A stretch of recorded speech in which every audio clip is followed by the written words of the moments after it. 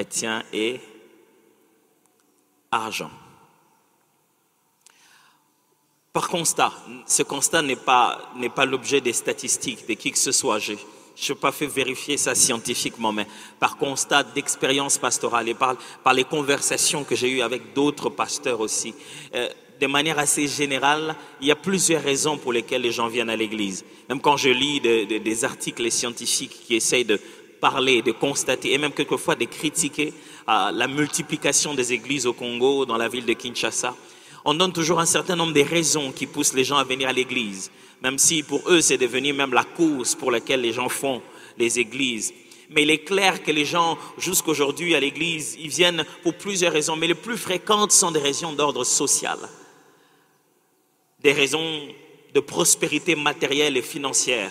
Les gens viennent à l'église, ils cherchent Dieu, ils veulent avoir de l'argent, ils veulent être stables financièrement, avoir de l'opulence, avoir du matériel. Aussi, il y a des raisons, on change des termes. Oui, à l'église, on donne des termes, mais en réalité, ce qu'il y a dans la tête des gens, c'est qu'ils viennent pour avoir la chance, être sûr que tout ce qu'ils vont faire va réussir. Et puis, ils trouvent qu'à l'église, on appelle ça faveur, grâce.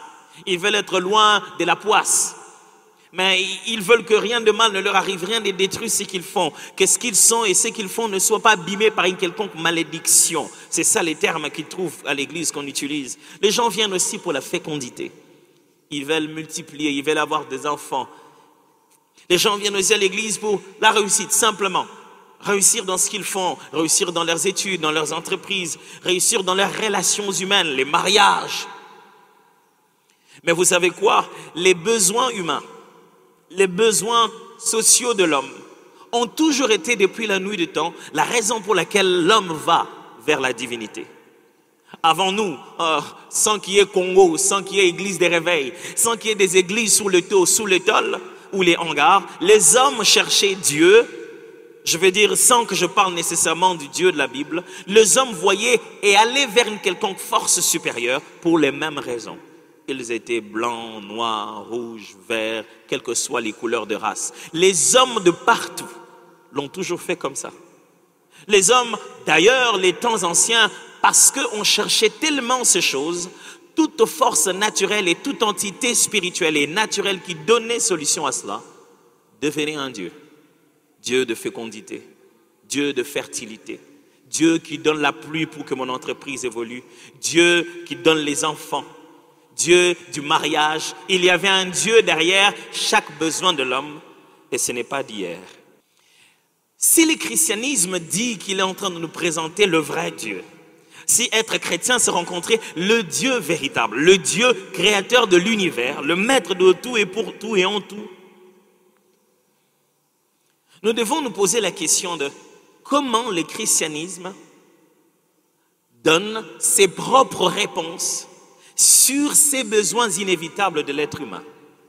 Puisque l'homme, en allant vers un Dieu, quel qu'il soit, il lui posera la question de prospérité matérielle, fécondité et toutes ces choses. Toute cette liste de l'homme n'est pas mauvaise. Elle est liée au fait que l'homme vit dans un contexte social et qu'il est un être humain. La question est celle de se dire, quelle est la réponse du christianisme face aux mêmes besoins que tout le monde a dans toutes les autres, appelons ça, religions? Les mêmes raisons que je vous ai données sont les mêmes raisons pour lesquelles les gens vont chercher un féticheur. Sont les mêmes raisons pour lesquelles les autres s'attachent à d'autres formes de religion. Les mêmes raisons. La question maintenant ici, c'est comment le christianisme répond à ça? En fait, plus la question, c'est lorsqu'on devient enfant de Dieu, dans notre relation avec Dieu, est-ce que cette relation-là affecte notre relation avec l'argent, notre façon d'utiliser les finances, notre façon de comprendre la fécondité, notre façon d'adhérer à la réussite, notre compréhension de ces autres domaines? Généralement, quand on se met à étudier ces choses, on se rend compte que oui, bien sûr, on est devenu enfant de Dieu. Notre concept de la réussite a changé. On ne va pas réussir en essayant d'écraser les autres. On réussit en essayant d'accomplir le plan de Dieu pour notre vie. Pas juste en avoir plus, mais juste faire ce que Dieu attend de moi. Être capable de finir sa course en disant, tout est accompli. On trouve ça logique. Bien sûr, on croit maintenant que c'est Dieu qui nous donne la fécondité. Je ne dois pas aller à gauche, à droite. Si Dieu me rend fécond, il me rend fécond. Si je peux avoir des enfants physiquement, gloire à Dieu. S'il ne m'en donne pas physiquement, il peut m'en donner spirituellement, il peut m'en donner autrement. Je peux en adopter, je peux aider les autres à aller plus loin. Quelque chose change dans la tête. Mais lorsqu'on arrive au sujet de l'argent, il y a toujours beaucoup de parasites autour et le message ne passe pas toujours clairement. Le problème n'est pas si Dieu veut que nous puissions en avoir, c'est clair. Le problème, ce n'est pas si Dieu veut nous en donner. Si on a le droit d'utiliser, bien sûr que c'est clair.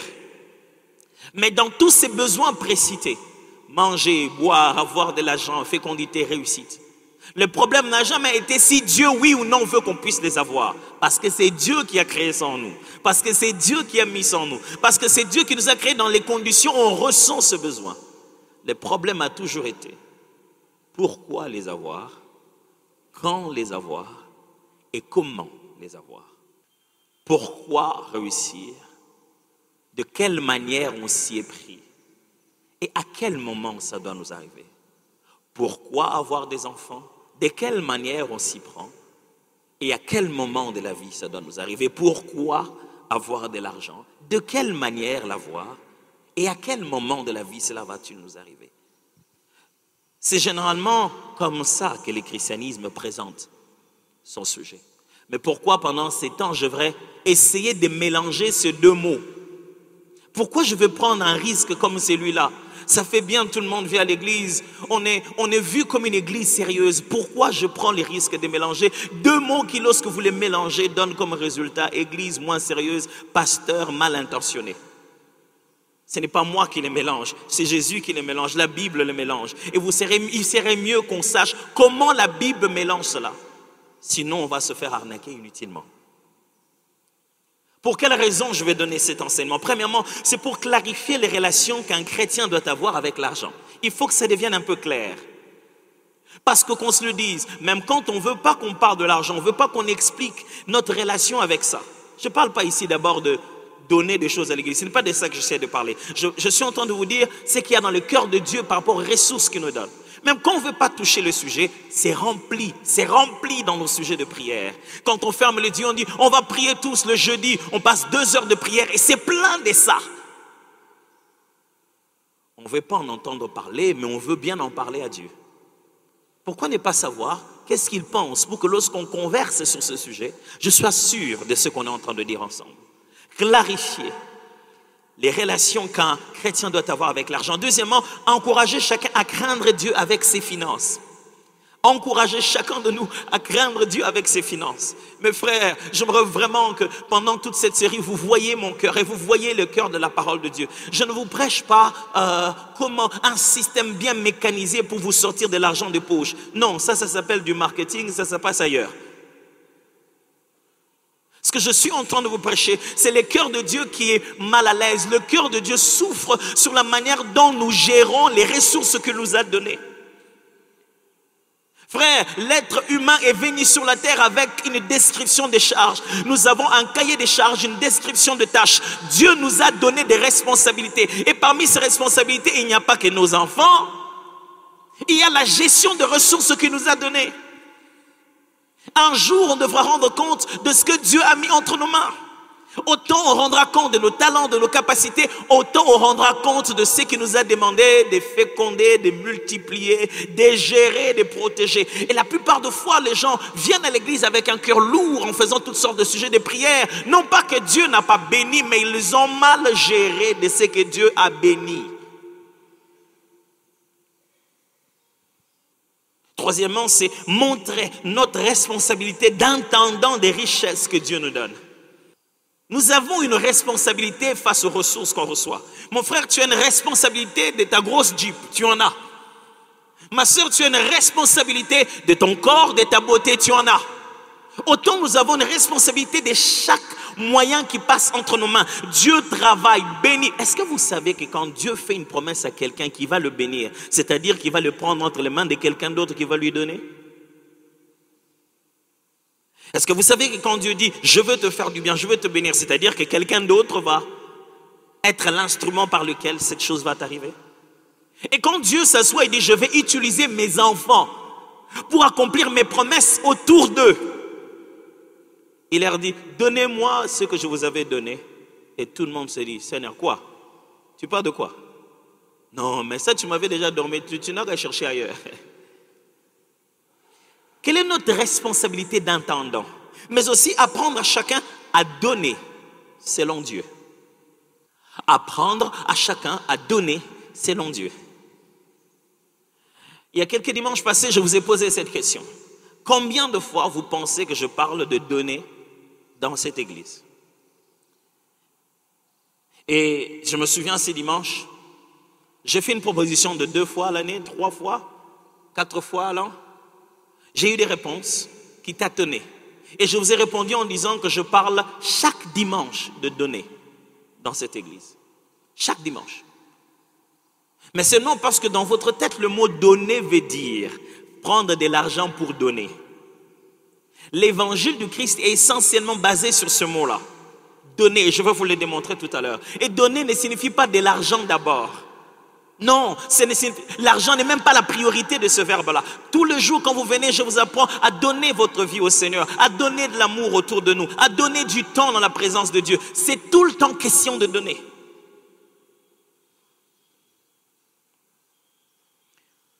Je vais prendre 2 textes ce matin pour expliquer ce qu'il y a dans mon cœur.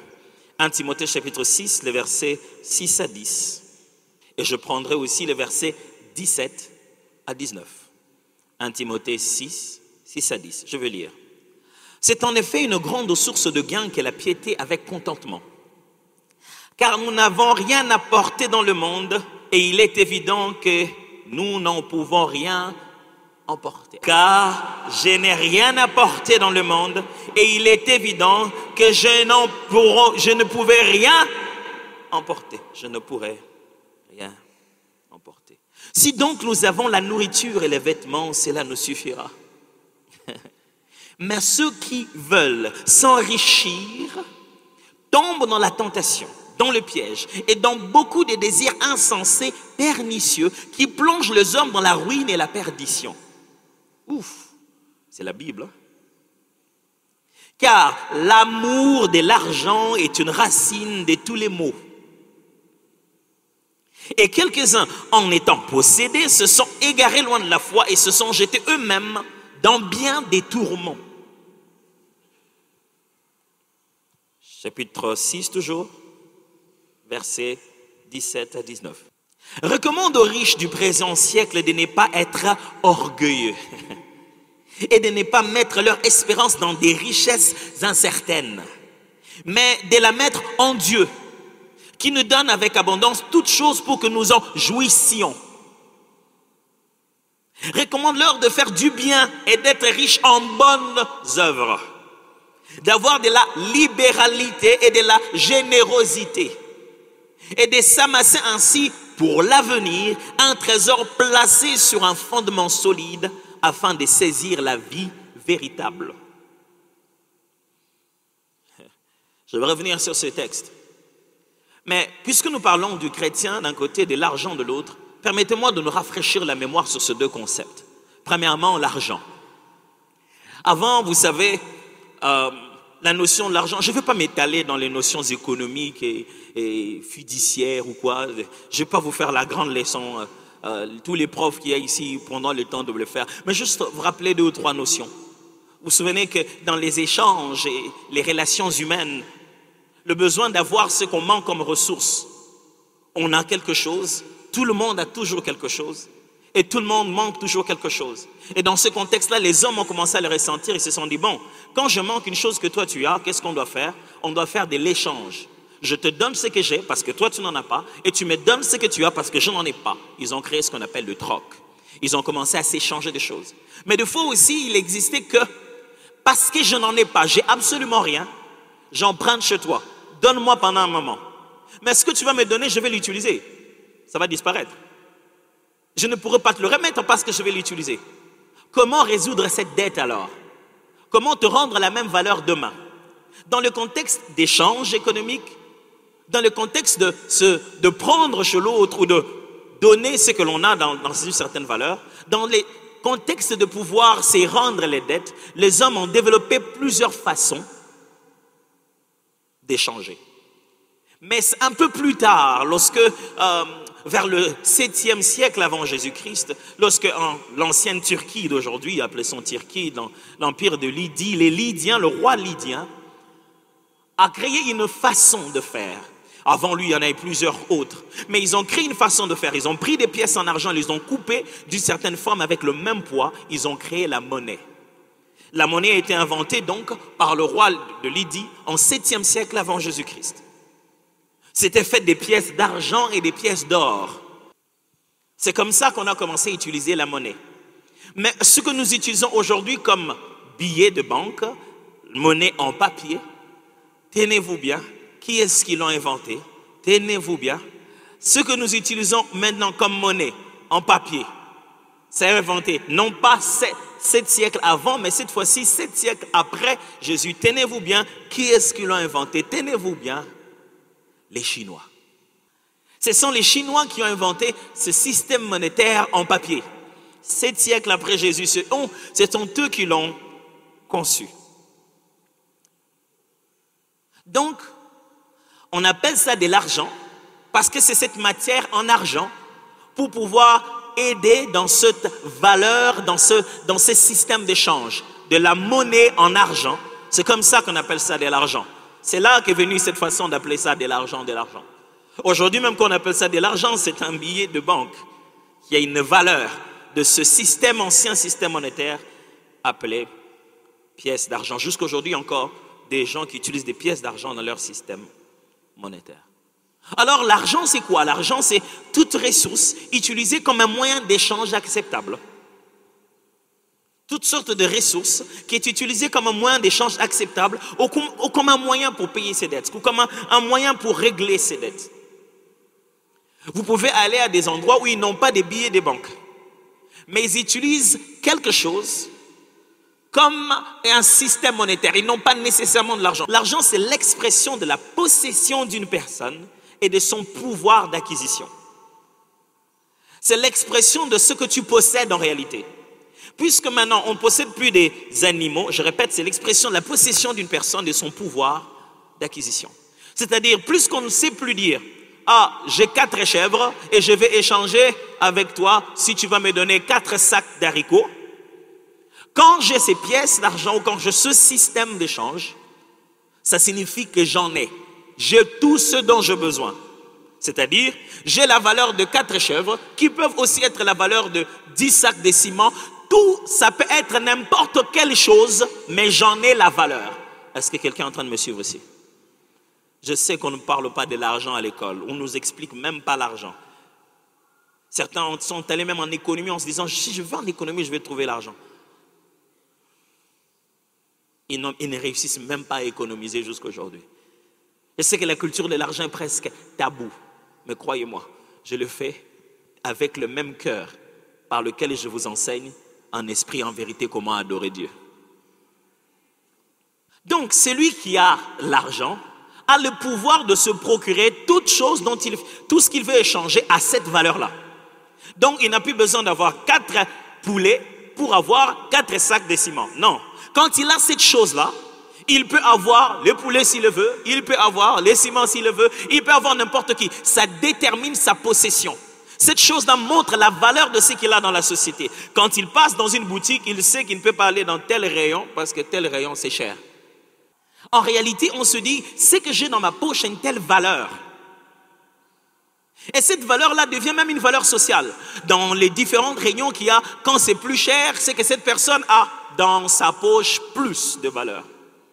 Ça démontre ce qu'il possède, mais ça démontre aussi son pouvoir d'acquisition. Il peut s'obtenir des choses à la valeur de ce qu'il a. Donc il entre dans un endroit, il y a des belles voitures, des voitures de toutes sortes. Il entre, tu ne sais pas ce qu'il a dans la poche, mais la voiture avec laquelle il va sortir détermine son pouvoir d'acquisition. Il entrait tout grand, tout beau, très bien, géant, fort, beau. Mais il sort dans un catch où il est mal inconfortable. Ça n'a rien à voir avec sa taille, ça a à voir avec sa poche. C'est son pouvoir d'acquisition. Ça ne s'écrit pas sur le visage. Il peut être laid, bizarre, il ne sait pas s'habiller, il ne sait pas associer les couleurs. Mais il entre là-bas, il sort avec une grosse voiture. C'est son pouvoir d'acquisition. Et ça ne se montre pas toujours par comment nous nous habillons et comment nous sommes. C'est ça l'argent. Retenons-le. Mais le chrétien, c'est qui? Je ne vais pas vraiment me mettre à définir le chrétien pendant longtemps. Nous sommes censés être chrétiens. Mais j'aimerais quand même faire la loi de la première mention. Revenir sur la Bible, la première fois où la Bible utilise le mot chrétien en fait. La Bible elle-même le dit. Lisons ce texte-là, c'est dans Actes des Apôtres, au chapitre 11, à partir de verset 19. J'aimerais que vous suiviez la lecture parce que ça place le contexte. Actes chapitre 11, verset 19 à 26. Ceux qui avaient été dispersés par la persécution survenue à l'occasion d'Étienne allèrent jusqu'en Phénicie, dans l'île de Chypre et à Antioche, annonçant la parole seulement aux Juifs. Il y eut cependant parmi eux quelques hommes de Chypre et de Cyrène qui, étant venus à Antioche, s'adressèrent aussi aux Grecs et leur annoncèrent la bonne nouvelle du Seigneur Jésus-Christ. La main du Seigneur était avec eux. Un grand nombre de personnes crurent et se convertirent au Seigneur. Le bruit en parvint aux oreilles des membres de l'église de Jérusalem et ils envoyèrent Barnabas jusqu'à Antioche. Lorsqu'il fut arrivé, il eut vu la grâce de Dieu, il s'en réjouit. Il les exhorta tous à rester d'un cœur ferme, attachés au Seigneur. Car c'était un homme de bien, plein d'Esprit Saint et de foi. Et une foule assez nombreuse se joignit au Seigneur. Barnabas se rendit ensuite à Tarse pour chercher Saul. Et l'ayant trouvé, il l'amena à Antioche. Pendant toute une année, ils se réunirent aux assemblées de l'église. Et ils enseignèrent beaucoup de personnes. Ce fut à Antioche que, pour la première fois, les disciples furent appelés chrétiens. Ce n'est pas un nom que les pasteurs ont inventé avec le temps. Vous avez vu ça, c'est dans la Bible. Lorsqu'on regarde ce contexte, pour la première fois, à Antioche, les gens voyant les disciples de Jésus ont commencé à leur donner le nom de chrétiens. Il en sort quelques éléments importants pour décrire un chrétien. Premièrement, un chrétien, c'est celui qui a cru à la bonne nouvelle et s'est converti. Il a cru à la bonne nouvelle, il est converti. C'est ça un chrétien. Quand je vais parler le chrétien et l'argent, je vais parler de quelqu'un qui a cru à la bonne nouvelle, à l'entièreté de la parole de Dieu, à la décision d'abandonner les péchés et qui s'est converti. Deux, un chrétien, c'est celui qui se réunit dans les assemblées en tant que membre. Quand je vais parler du chrétien et de l'argent, je vais parler des gens qui, parce qu'ils sont convertis, vont à l'église, se rassembler avec les autres et se considèrent membres de cet endroit. Frère, il n'y a pas de christianisme individuel sur Bluetooth. Vous voyez que la première fois que le mot chrétien apparaît dans la Bible, il apparaît au pluriel. C'est un concept collectif. Il ne faut pas juste être le chrétien, il faut être les chrétiens. L'église de Jésus, ce n'est pas toi, c'est nous ensemble. Un chrétien, c'est celui qui s'est réuni dans les assemblées. Un chrétien, c'est celui qui enseigne la parole et à qui l'on enseigne la parole. Regardez ça dans les textes tout à l'heure, vous avez vu. Celui qu'on appelle chrétien, c'est celui à qui on enseigne la parole et qui enseigne la parole. Frère, être chrétien, c'est recevoir les Écritures et partager la parole aux autres. Quatrièmement, chrétien, c'est celui qui est disciple de Jésus-Christ. On a dit, c'est la première fois qu'on a appelé les disciples de Jésus-Christ chrétiens. Chrétien, ce n'est pas celui qui fréquente un temple dans une église, c'est celui qui a cru à la parole, qui s'est converti, qui est devenu disciple de Jésus, qui s'est réuni dans les assemblées avec les autres, qui enseigne la parole et à qui l'on enseigne aussi pour grandir. C'est ça, un chrétien. J'aimerais quand même vous dire cette petite chose. La valeur du christianisme n'est pas dans ce qu'on amasse, mais dans ce qu'on donne, sacrifie et offre. Ça va devenir intéressant. La véritable valeur du message du christianisme, souvenez-vous, ça s'appelle christianisme à cause du fait qu'il ressemblait à Jésus-Christ. La continuité du message, le sens du message de Jésus, être chrétien ne se manifeste pas par rapport à ce que l'on amasse, ce que l'on obtient, combien on en a. Être chrétien, ce n'est pas faire la prière de « Seigneur, l'or et l'argent t'appartiennent, comment moi je peux être comme ça ?» On ne te reconnaît pas chrétien à cause de combien tu as. Le christianisme est basé sur la reconnaissance de combien tu donnes, combien tu te sacrifies, combien tu offres. Je ne l'invente pas, mes frères. Je ne les mets pas sur pied pour vous préparer à donner des offrandes. Non, pas du tout. Christ, c'est ça, Jésus. Il est venu sur la terre vivre 33 ans. Il s'est préparé à une seule chose. De tout le temps, il était là. Il disait, le Fils de l'homme n'a ni même une tanière où dormir, aucun endroit. Mais c'est lui qui donne la guérison, qui donne la paix, qui donne les paroles de consolation jusqu'à donner sa vie. Ok, vous ne me croirez pas si on ne lit pas. En Jean chapitre 3, versets 14 à 19, je vais lire d'abord la version seconde. Nous savons que nous sommes passés de la mort à la vie. Et vous savez qu'aucun meurtrier n'a la vie éternelle demeurant en lui. Nous avons connu l'amour en ce qu'il a donné sa vie pour nous. Nous aussi, demandons-lui de donner sa vie pour les autres. Nous aussi, prions-le qu'il s'occupe des autres lui-même. Nous aussi, à force d'intercéder, Dieu fera ce qu'il doit faire sans nous. Nous aussi, nous devons prendre beaucoup chez les autres, à l'église, dans la prière. Comment voulez-vous être comme Jésus sans conjuguer les mêmes verbes que Jésus? Regardez ici, Jean nous dit, il a conjugué donner. Nous aussi, nous devons donner de l'argent. Vous avez vu de l'argent là? La dîme là? Nous devons donner notre vie pour Jésus. Ça, c'est la plus grosse erreur qu'il y a dans l'église. Quand Dieu manifeste son amour, nous pensons que la meilleure façon de gérer ça, c'est de lui rendre à lui cet amour. Lui dit non. La meilleure façon de répondre à l'amour que je vous donne, c'est de prendre cet amour et d'aimer les frères. Vous ne devenez pas comme Dieu en donnant à Dieu ce que Dieu vous a donné. Non, vous devenez comme Dieu en donnant aux hommes ce que Dieu vous a donné. Quand Dieu dit à Abraham, je te bénirai et je ferai de toi une source de bénédiction, pas une source de bénédiction pour Dieu. Il dit, quand je te bénis, je te mettrai dans ma position. Tu deviendras aussi celui qui se met à bénir les autres. Pas moi, j'en ai pas besoin. 17. Si quelqu'un possède les biens du monde, écoutez ça. Si quelqu'un possède, pas l'onction, pas les miracles. Si quelqu'un possède les biens du monde et que voyant son frère dans le besoin, il lui ferme ses entrailles, comment l'amour de Dieu demeure-t-il en lui? On n'a pas dit si quelqu'un voit son frère paralytique et il ne lui impose pas les mains, comment on verra qu'il l'amour de Dieu est en lui? Non, on dit on lui voit, il a dans les besoins matériels, il n'arrive pas à le soutenir. Comment on peut dire que l'amour de Dieu est dans son cœur? Petits enfants, n'aimons pas en parole et avec la langue, mais en action et avec vérité. Par là, nous connaîtrons que nous sommes de la vérité et nous rassurons nos cœurs devant lui. Je vais vous lire ma version, vous la connaissez, la version que j'aime bien, parole vivante. Quant à nous, nous savons que nous sommes passés de la mort à la vie parce que maintenant nous aimons nos frères. Celui qui n'aime pas se trouve encore dans le royaume de la mort.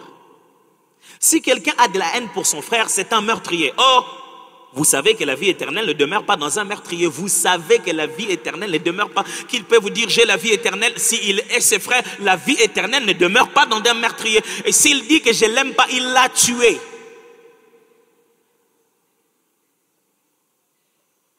Même s'il change de terme à quoi t'as raté, simbraté. Non, c'est quand tu hais quelqu'un, tu l'as tué. Nous avons appris à connaître ce qu'est le véritable amour par celui qui a offert sa vie pour nous. C'est pourquoi nous devons, j'aime bien ça, nous devons nous aussi engager notre vie pour le bien de nos frères. Si un homme riche voit son frère dans le besoin et lui ferme son cœur, comment peut-on dire que l'amour de Dieu est présent en lui? Moi, j'aime beaucoup le Seigneur, mais celui qui est à côté de toi, tu le prends. Mes enfants, ne nous payons pas de mots. Il ne faut pas que notre amour consiste en quelques belles paroles. S'il est véritable, il s'est traduit dans des actes. Cela nous permet de reconnaître que nous sommes dans la voie de la vérité. Comment on reconnaît quelqu'un qui est dans la vérité? Pas parce que leur pasteur enseigne avec un bon français. Sinon, vous ne serez pas dans la vérité quand je remarque toutes les erreurs que je fais à chaque culte. À force de multiplier et de ne pas savoir dans quelle langue je suis. On reconnaît que quelqu'un est dans la vérité, pas parce qu'il parle en langue au bureau, parce qu'il aime. Il aime les gens autour de lui. Cela nous permet de reconnaître que nous sommes dans la voie de la vérité et nous pourrons nous sentir rassurés en présence de Dieu, même si notre cœur nous fait la reproche. Est-ce que vous avez constaté ça? Le véritable christianisme n'est pas dans combien on amasse, mais combien on donne. Frère, j'aimerais que ça change dans nos cœurs, frère. Le cœur de Dieu est mal parce qu'il s'est dit, on vient à l'église pour amasser. Or, lui, il nous donne pour donner. Je vous l'ai déjà dit ici, la meilleure façon d'enseigner le donner dans l'église, ce n'est pas donner, vous allez recevoir. Donner, vous allez recevoir. Je parlerai de ce texte-là parce que 2 fois, il est très mal interprété. La leçon que Dieu veut nous donner, ce n'est pas recevoir. La leçon que Dieu veut nous donner, c'est donner.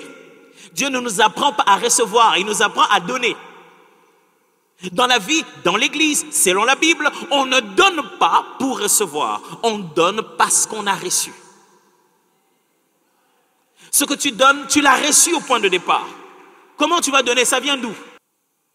Si tu veux être chrétien, sois-le totalement. Offre toute ta vie à Dieu et pour les autres. Si tu veux être chrétien, sois-le totalement. Ne sois pas chrétien en prière, ne sois pas chrétien en jeûne, ne sois pas chrétien en avancé, ne sois pas chrétien en beaucoup prier pour lui, ne sois pas chrétien en le faire rire, l'aimer. Non, si tu es chrétien, sois-le totalement. Totalement veut dire totalement. Jusqu'à quand tu deviendras chrétien financièrement? Parce que tu es devenu chrétien dans ta santé, chrétien dans tes entreprises, chrétien dans tes relations. Mais il y a quelque chose de ton christianisme qui n'arrive pas à entrer dans ta gestion de tes ressources. Dilapider les biens sans tenir compte de ses enfants et de sa postérité, ce n'est pas être chrétien. Mal gérer les ressources que Dieu t'a données. Parce que quand tu en as eu 20 000, tu as voulu faire la folie des grandeurs. Ce n'est pas être chrétien. La maturité spirituelle d'une personne se manifeste dans sa capacité à gérer les ressources.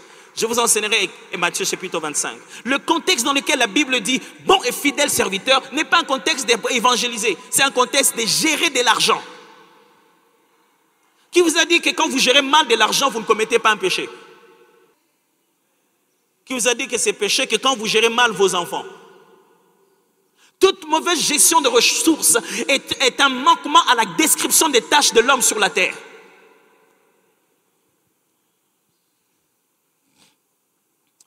Mais pourquoi on doit étudier tout ce que je vous enseigne? Pourquoi? Pourquoi il faut étudier ce sujet? Juste pour 2 raisons, simplement. La première raison, parce que les limites sont subtiles. C'est-à-dire que la limite entre chrétien et argent, c'est tellement... Si on n'enseigne pas avec équilibre, c'est comme si on veut dire que le christianisme est une question d'argent. Non. Et si on n'enseigne pas avec équilibre, c'est comme si on veut dire chrétien est contre argent. Non. Les limites sont tellement subtiles que si on n'enseigne pas clairement, on serait en train d'enseigner aux gens, donnez-nous de l'argent, donnez, remplissez nos poches. Si on n'enseigne pas très bien, on serait en train de manipuler les données des autres pour qu'ils deviennent notre recevoir.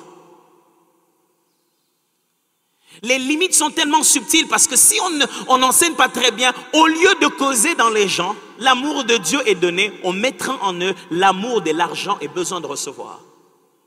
C'est d'ailleurs ça la deuxième raison pour laquelle j'enseigne. Pourquoi j'enseigne ça? Parce que les principes mal enseignés ont amené l'effet contraire. Les principes mal enseignés ont amené l'effet contraire. Quand on a mal enseigné ces principes, au lieu de donner dans le cœur de Dieu, le peuple de Dieu, la même passion qu'il y a dans Dieu de donner, on a mis dans le cœur du peuple de Dieu la passion de amasser, recevoir, à posséder. On les a poussés dans des passions qui les détruisent. Et ils ont l'impression que Dieu n'arrive pas à résoudre ces passions. Ils veulent tellement trop. Ils veulent tellement avoir et ils viennent à l'église pour avoir et non pour donner. Celui qui monte à la montagne, il sait qu'il y a un autel qu'il va placer. Il amène son bœuf. Il ne va pas pour recevoir. Quand on a mal enseigné cela, on a mis l'effet contraire. Frère, Je prie Dieu que cette passion revienne à l'église. Cette passion où les gens venaient à l'église sans tenir compte des babouches que les autres portaient. Moi, je venais à l'église en culotte et j'avais des babouches. Et je venais, je me mettais au premier rang. Personne ne me dérangeait. Je me genouillais et je priais, je glorifiais Dieu. Que Dieu redonne encore à l'église cette passion qu'il y avait dans le réveil. Les gens venaient à l'église pour Dieu. Ils ne se regardaient pas comment ils étaient habillés. Des fois, même pas peignés. Même le prédicateur était en babouche. Et il n'y avait pas question de mettre sa photo sur Internet et de dire si son Dieu a l'or et l'argent, pourquoi lui-même n'a pas de babouche? Dieu est le créateur de toutes choses, pas le chef de l'entreprise de chaussures. Que Dieu redonne dans nos cœurs cette passion de venir à l'église pour lui donner, pour le glorifier, pour lui rendre nos louanges, pour nous donner à lui, pour sacrifier, pour partager. Mais à qui la faute? Je crois que je suis obligé d'admettre, c'est aussi la faute des pasteurs. Oh oui, la faute des pasteurs, c'est surtout la faute des pasteurs. Nous, pasteurs, avons mis dans votre tête un enseignement de prospérité qui consiste à croire qu'on vient vers Dieu pour lui tirer de l'argent. Dieu est le maître de tout, l'or et l'argent, et un véritable chrétien doit rouler carrosse, être capable d'amasser. C'est par rapport à combien tu as que ça démontre combien tu es béni. On a mis alors dans le cœur des gens le besoin de venir chercher, même quand ils amènent leurs offrandes vers le panier, ce n'est pas pour donner, c'est un système par lequel ils passent pour recevoir. Sa finalité, ce n'est pas ce qu'il donne, sa finalité, c'est ce que Dieu va lui donner parce qu'il a donné. Et on a mis ça dans vos cœurs. Seigneur, fais-nous grâce. Si l'oreille qu'on a coupée, on ne sait pas le remettre, remets-le à notre place. Je prie Dieu que vos cœurs changent complètement en face de ce qu'on appelle de l'argent. Le problème qu'il y a d'habitude, c'est lequel? C'est l'amour de l'argent. Le texte que j'ai lu avec vous dans 1 Timothée, c'est là que se trouve cette fameuse citation que nous aimons bien faire, tous. Car nous n'avons rien apporté dans le monde et il est évident que nous n'en pouvons rien emporter. Si donc nous avons la nourriture et les vêtements, cela nous suffira. Mais ceux qui veulent s'enrichir tombent dans la tentation, dans les pièges et dans beaucoup de désirs insensés et pernicieux qui plongent les hommes dans la ruine et la perdition. Je revenais sur ces textes dans le reste de la série. Car l'amour de l'argent est une racine de tous les maux. L'amour de l'argent, c'est totalement différent de l'argent. Et on ne parle pas de l'argent à l'église, mais ça développe dans les gens l'amour de l'argent. Moins on en a parlé à l'église, plus ça poussait les gens à aimer l'argent, en secret. Qu'est-ce que la Bible appelle l'amour de l'argent? Parce que c'est ça qui est dangereux. Vous entendrez tout le monde dehors dire, ah, toi tu n'aimes pas l'argent? Qui n'aime pas l'argent? Tu n'es pas obligé d'aimer l'argent. Pasteur, tu veux dire quoi? Donc si on me donne l'argent, je ne prends pas. Non, ce n'est pas de ça que je parle. Je ne parle pas de ne pas être passionné à créer des richesses. Mais souvenez-vous, la réponse du christianisme face à tous nos besoins, c'est sur pourquoi on fait ça, quand il faut faire ça et comment il faut le faire. La Bible ne te dit pas de ne pas être riche. La Bible te dit pourquoi être riche, quand être riche et comment être riche. L'amour de l'argent, c'est quoi? C'est la soif du pouvoir. C'est ça qui dérange Dieu. Souvenez-vous, l'argent, c'est le système par lequel on montre ta possession et ton pouvoir d'acquisition. Ce n'est pas que tu veux avoir plus de billets des banques. Tu veux avoir plus de pouvoir et d'options.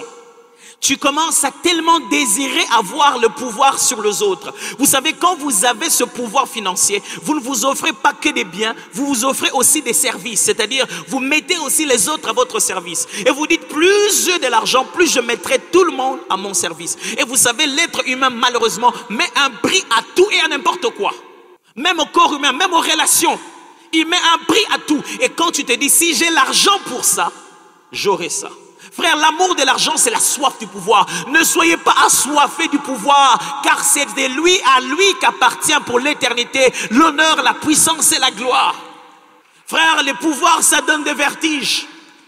Le véritable pouvoir, c'est celui d'un arbre qui est déjà enraciné et qui monte en hauteur. Si tu essayes de voler et de voltiger par toi-même, tu auras des vertiges. Trouve tes fondements dans les Seigneurs et laisse le Seigneur te faire grandir lui-même. Il te donnera des hauteurs que tu vas supporter. Tu veux le pouvoir, ce n'est pas l'argent. Tu ne veux pas t'habiller, te nourrir et faire du bien. Tu veux avoir le pouvoir de tout ce que tu veux. Qu'est-ce que c'est que l'amour de l'argent? L'amour de l'argent, c'est la supériorité sur les autres. Tu aimes être supérieur. Quand tu entres, tout le monde sent que tu es entré. Parce que tu as de l'argent. Les gens regardent. L'argent parle. Non. Le riche, il a beaucoup d'amis et il les a pour son malheur. Tous les amis des riches ne sont pas ses amis. Vous voulez savoir qu'est-ce que le pouvoir et qu'est-ce que c'est qu'avoir la supériorité sur les autres? Attendez qu'on puisse vous nommer. Ministre de ceci. Voiture de fonction, militaire et tout.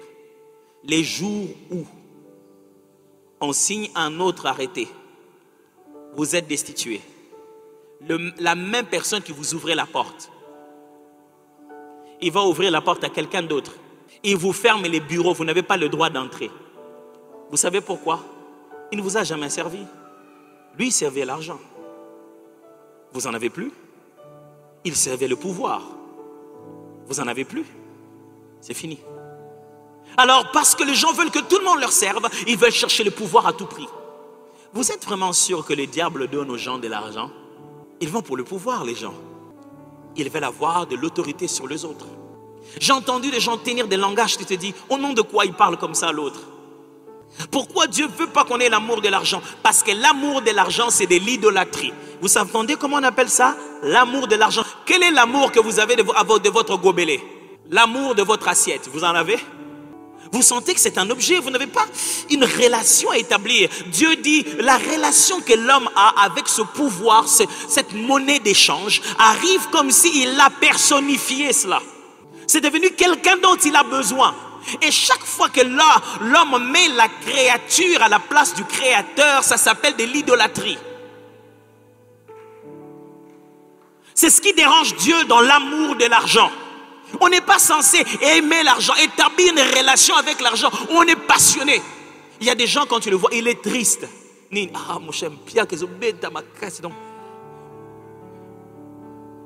Comment les gens faisaient quand l'argent n'existait pas? Le véritable secret de la vie, mon frère, ce n'est pas avoir beaucoup d'argent. C'est se contenter de ce qu'on a. Je reviendrai sur ce texte les prochains dimanches. Je vais vous montrer la place du contentement et de la richesse. Je lis ces versets pour finir. Hébreux 13, 5 à 6. Ne vous livrez pas à l'amour de l'argent. Contentez-vous de ce que vous avez. Car Dieu lui-même a dit, je ne te délaisserai point. Ce n'est pas l'argent qui a dit ça, mes frères. Et je ne t'abandonnerai point. Ce n'est pas la banque qui a dit ça. C'est donc avec assurance que nous pouvons dire, le Seigneur est mon aide. Je ne craindrai rien. Qui peut me faire un homme? Paul est en train de dire, l'homme d'Hébreu est en train de dire, en réalité, quand le psalmiste disait, je ne craindrai rien, ce n'est pas parce qu'il avait l'argent. C'est parce qu'il avait le Seigneur. Ce n'est pas la richesse de David qui le faisait chanter. Mais c'est sa confiance en Dieu. De Timothée 3, 1 à 5, je vais juste lire une partie. Sachez que dans les derniers jours, voici les signes du temps de la fin. Les signes du temps de la fin. On va citer ici des comportements et des habitudes, une façon d'être que les gens vont avoir qui démontrent que les valeurs se sont détériorées et que Christ revient bientôt et que le monde est pourri. On fait la liste. Sachez que dans les derniers jours, il y aura des temps difficiles. Car les hommes seront égoïstes. Pas riches. Ce n'est pas la richesse. Amis de l'argent. Amis, amour de l'argent. Je vais vous laisser avec ces deux affirmations. Premièrement, il faut posséder l'argent, mais pas être possédé par lui. Il faut posséder l'argent, mais pas être possédé par lui. Mes frères, ce que j'essaie de vous dire ici, Dieu nous a créés pour que nous possédions de l'argent. Et je vous encourage. Mais il n'a pas créé pour être possédé par l'argent. Et j'expliquerai ça. 2.